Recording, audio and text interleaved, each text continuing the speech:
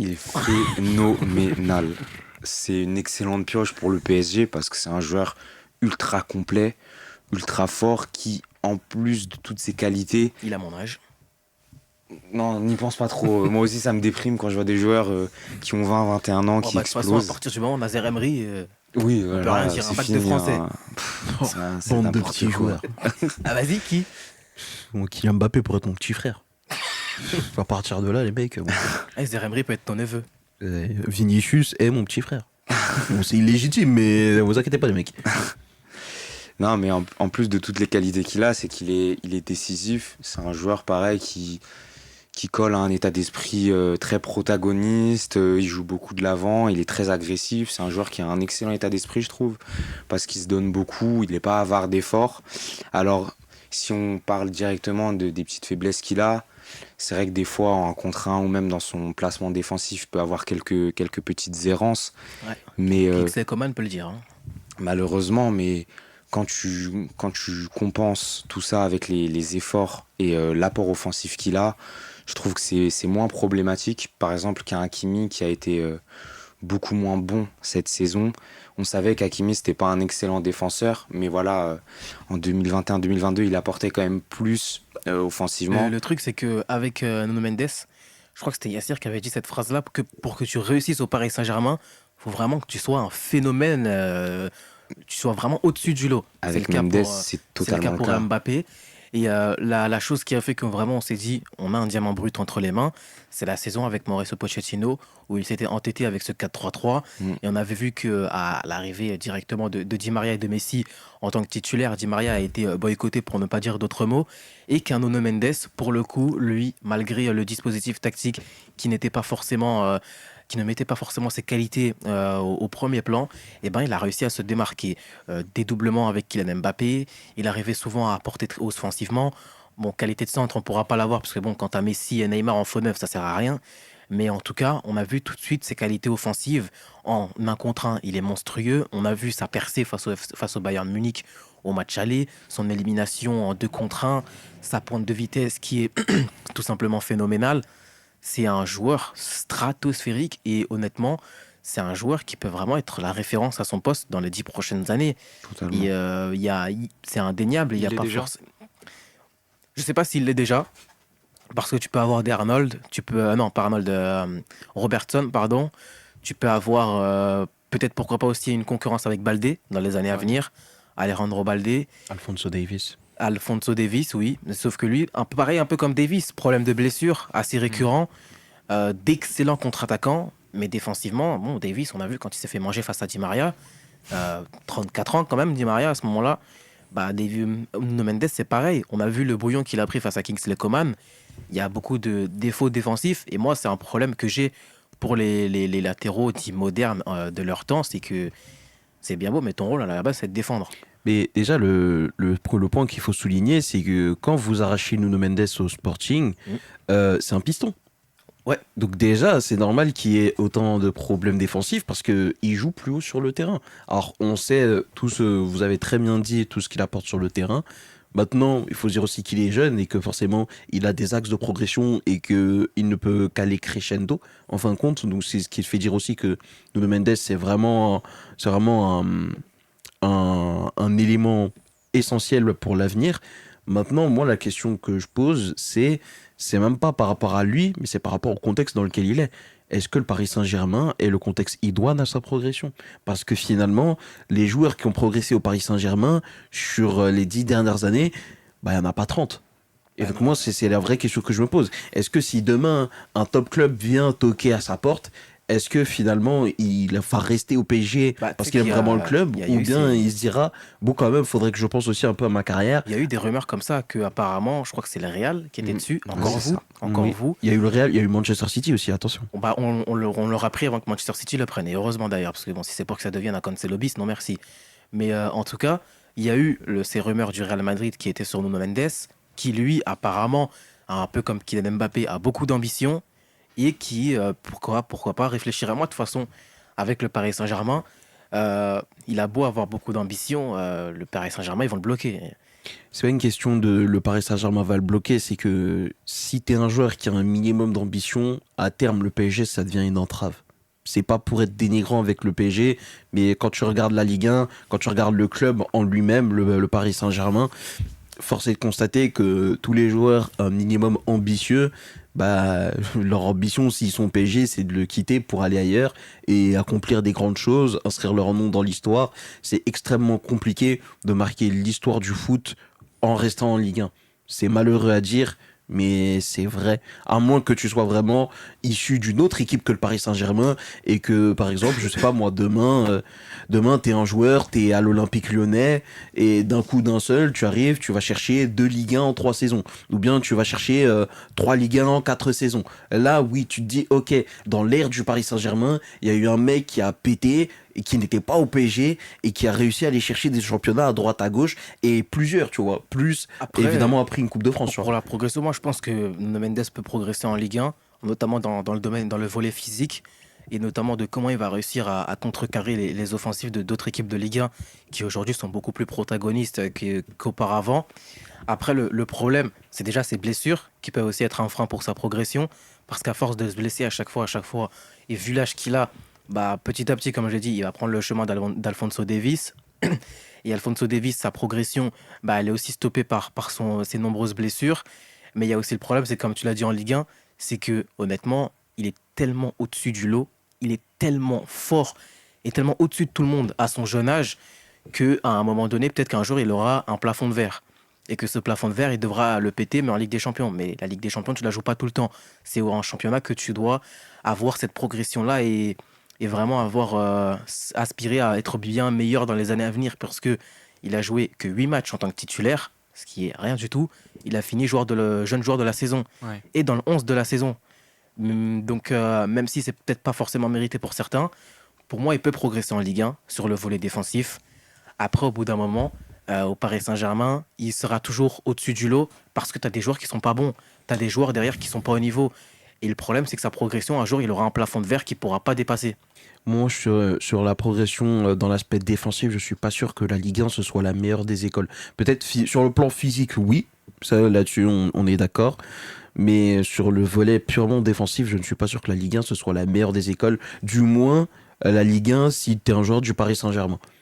Ça aurait été dans un autre club, dans un autre contexte, et encore ça dépend lequel, je t'aurais dit oui, éventuellement il va progresser défensivement, mais au PSG finalement, même s'il y a d'autres équipes qui sont un peu plus protagonistes, faut pas oublier que cette saison elle est à part, même si vous remportez la Ligue 1, voilà, on sait que l'approche de Christophe Galtier c'est vraiment pas ça, on sait que l'année dernière avec Mauricio Pochettino c'était pas ça non plus, mais dans un PSG qui est à la hauteur de son standing en Ligue 1, même si tu as une équipe qui vient avec des intentions, au final, c'est le PSG qui bouffe tout.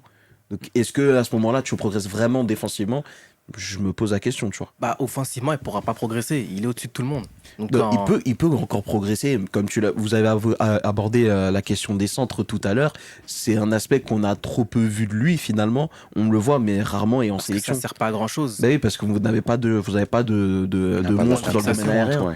Mais effectivement, si c'est un latéral dit moderne, moi j'attends de le voir sur les coups de pied arrêtés, j'attends de le voir sur les séquences où il doit centrer, parce que finalement, tous les latéraux dits modernes aujourd'hui, bah, ils ont tous une qualité de pied phénoménale. Bah, le Mais- problème, c'est que par rapport à ça, bah, là aussi, là où le PSG va être un frein, c'est que tu as Général Mobutu qui veut tout prendre, les corners, les coups francs, les centres aussi, parce que c'est un excellent centreur. Il prend même les centres que Nuno Mendes pourrait prendre sur les côtés gauche. Je vous invite le match de l'année dernière face au RC Lens, où il met ce magnifique centre pour Wijnaldum, si je ne me trompe pas.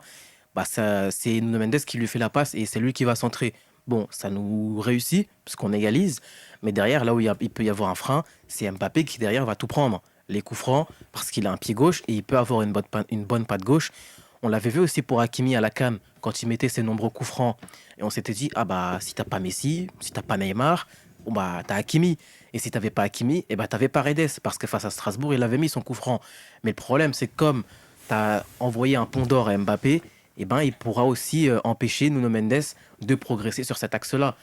Et le problème que je pointe pour le PSG, et là où pour moi j'ai dit qu'ils vont essayer de le bloquer, c'est qu'ils vont vraiment essayer de le bloquer.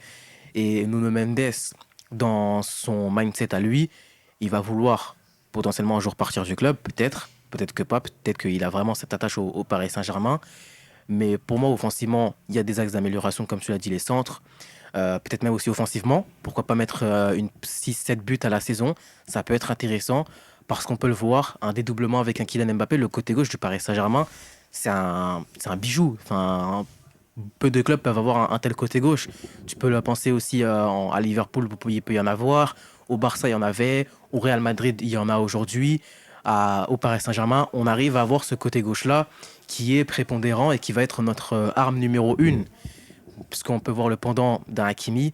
La saison dernière, c'était le jour et la nuit. Hakimi arrivait peu à apporter offensivement.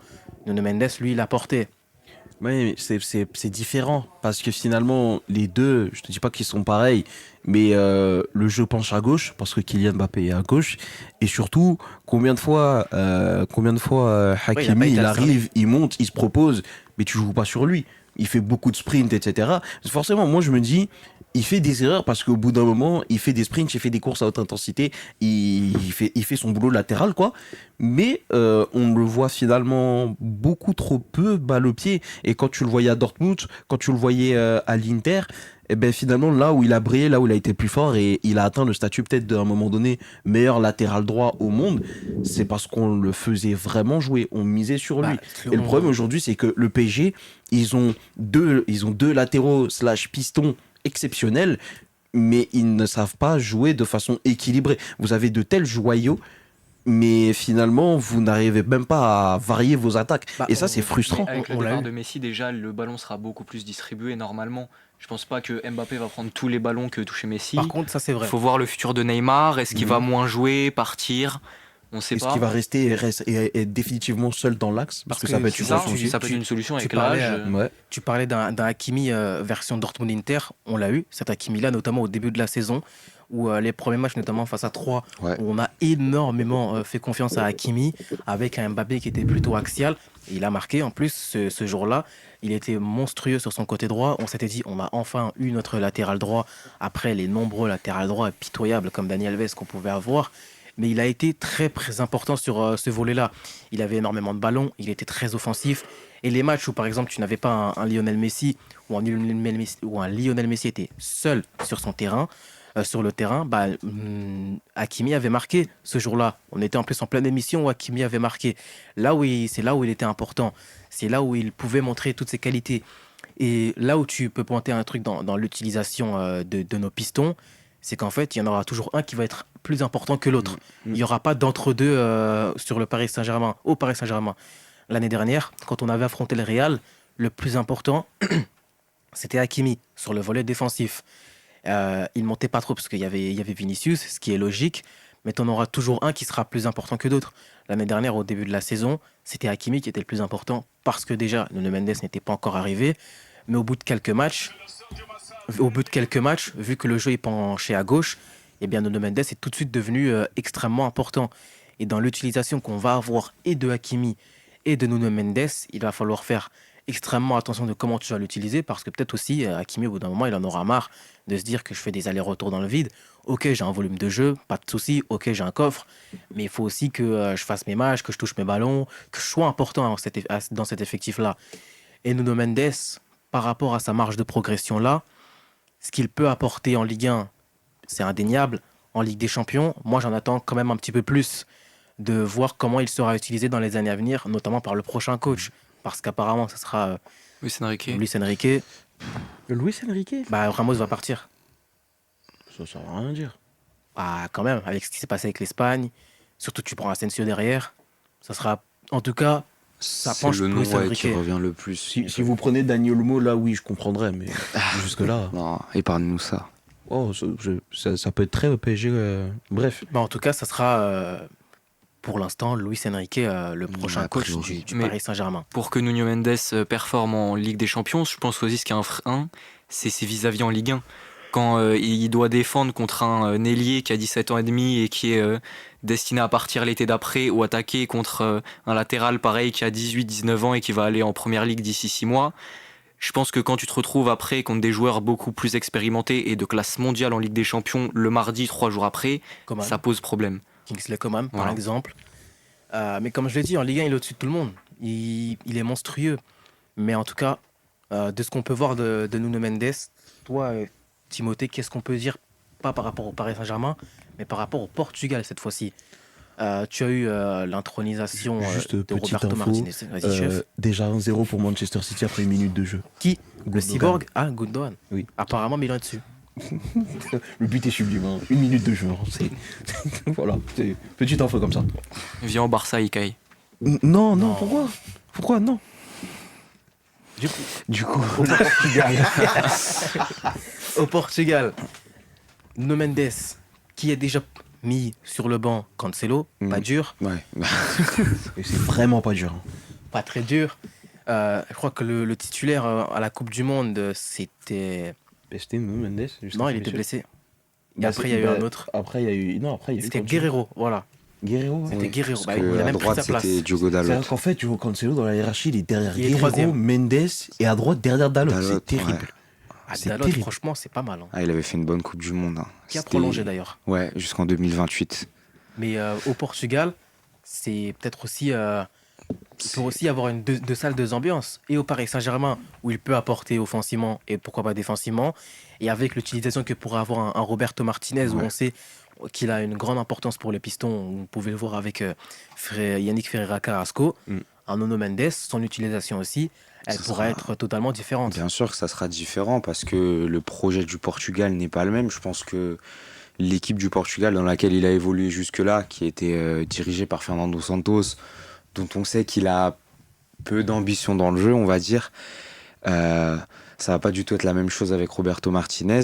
Le Portugal, je pense, a aussi ce besoin de vraiment se réaffirmer comme un véritable cadre européen, aussi bien à l'Euro qu'à la Coupe du Monde dans 3 ans. Donc le projet footballistique et la mise en place tactique sera totalement différente. Et surtout, tu parlais des centres tout à l'heure, avec des joueurs comme Gonzalo Ramos.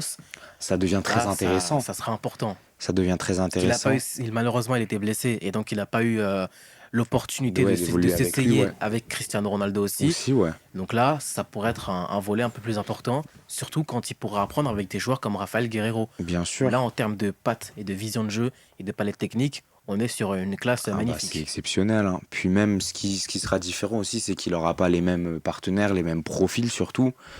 Au milieu, il aura peut-être un William Carvalho, un Bernardo Silva, un Bruno Fernandes. Vitinha. Ouais, voilà. Si les Portugais veulent mettre Vitinha Ah, titulaire... moi, j'aime bien Vitinha. Danilo, les mecs. Hein. Ah, mais lui, Danilo, il est titulaire en défense, t'inquiète. Oui, c'est vrai que maintenant... En sélection portugaise, il est titulaire au milieu. Ouais. Ouais, Ah, mais là, il a été il a été en sélectionné défense. dans le cadre des défenseurs. Ah Donc, ouais. Ouais, il est euh, en défenseur aussi. Ah non, là, au c'est Portugal. fini. Hein. On l'a Moi, condamné je à vous le vie, dis le depuis le pauvre. début, Papa Tourelle avait raison. Ah, Qu'il ait raison ou pas, Danilo, là, c'est fini le milieu de terrain. Mais du coup, c'est les profils que j'ai cités. C'est pas des profils qu'on a pour l'instant au PSG. Peut-être Bernardo Silva, mais bon, comme on a pris Asensio, bah, cette tu sais histoire, pas, si tu je- mets Bernardo Silva au milieu Huit, de terrain, ouais. peut-être, oui, c'est vrai. Mais bon, comme on en a pas reparlé, enfin, il n'y a pas eu beaucoup d'infos de toute façon, on depuis continuera quelques le Big semaines. Five jusqu'à fin juin, donc on aura le temps d'en reparler. Bah, on espère avoir de bonnes nouvelles par rapport à ça, mais Ah, Yams, il veut un ailier droit. Bah, qu'il aille mettre ses pépettes sur Asensio. sur Asensio, Ne fatigue pas. et nous, voilà, il supporte Milan. Milan. Bah, Ouais. on prend Il supporte Léao, le et faux puis Milan, voilà. et- Mais voilà, qu'ils prennent Asensio, comme ça on est Et tranquille. puis même, non, par contre, ce qui peut être intéressant dans cette équipe du Portugal pour Mendes, c'est qu'il peut vraiment être l'un des fers de lance de cette Ah nouvelle bah là, génération, de cette nouvelle équipe. De toute façon, si tu t'installes au PSG ou qu'après tu pars dans un top club européen et que tu brilles comme il a pu briller lorsqu'il était là cette saison, bah, tu peux pas te cacher, tout simplement. Les Portugais vont attendre beaucoup plus de Nuno Mendes, vont attendre à ce que ça devienne un véritable leader. J'espère qu'on prend pas 2-0. Non, t'inquiète. Ouais, ça va.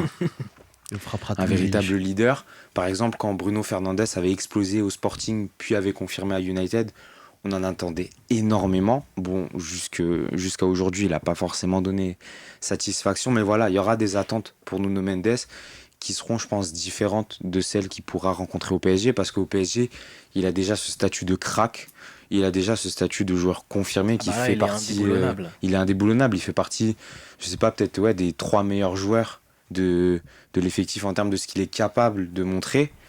En plus, bon, cette saison, c'est pas compliqué C'est pas vu très le dur, le hein. mauvais niveau qu'on a affiché. La gueule des joueurs qu'on a. Ouais, non, c'est sûr qu'il n'y a pas énormément de Bah, concurrence. déjà, mais... il est indéboulonnable. Malheureusement, Bernat n'est jamais revenu de ses croisés, donc il n'y a pas de Ce qui est concurrence. dommage parce que Voilà. avoir Bernat et Mendes à leur meilleur niveau, Ça aurait été tous bien. les deux, ça aurait été sublime pour avoir une vraie rotation. C'est vrai. à ce Mais poste-là. T'as pas eu ça. Est-ce que Kurzawa va revenir des croisés? Qu'il revienne ou pas. Ouais, ça change Il est pas en fin de grand-chose. contrat, hein. je suis content. Moi, je vous le dis, les mecs, Kurzawa revient des croisés, tu le mets au milieu de terrain, et vous verrez. Kurzawa, c'est pas Arnold. C'est Non, un je vous le avis dis, extrêmement Kurzawa, frauduleux. relayeur gauche, il y a un truc à faire, les mecs. Et justement, Kurzawa, c'est pas Arnold. Non, mais Arnold, lui, il est plus devant la défense, tu vois, en quarterback. Alors que là, Kurzawa, relayeur gauche, là, il y a un truc à faire, les mecs, je vous le dis. Ouais. Là, c'est le tacticien qui vous parle. Ah ouais. Ouais, ouais, ouais. On sait pas. On m'appelle El Tactico dans le jargon. On se passera des services del Tactico. On se passera de tes services, chef. Parce qu'on n'en a pas besoin. Moi, je veux qu'on recrute Rafael Guerrero et en fin de contrat. Ouais, Enfin, il va bah, partir. On Moi, le je voulait prends. déjà en 2016 quand il était à Lorient. hein. Après, moi, un joueur de Dortmund en fin de contrat comme Rafael Guerrero, moi, je sais que ça va au Bayern, ce machin. Oui. Ouais, ça va au Bayern, ce Pourquoi machin, pas, je vous le dis. pourquoi pas. Ouais. Ouais, Mais moi, ça- j'aimerais bien le prendre. Ce Parce serait- que Si tu veux faire le projet 9-3, il vient du Blanc-Ménil.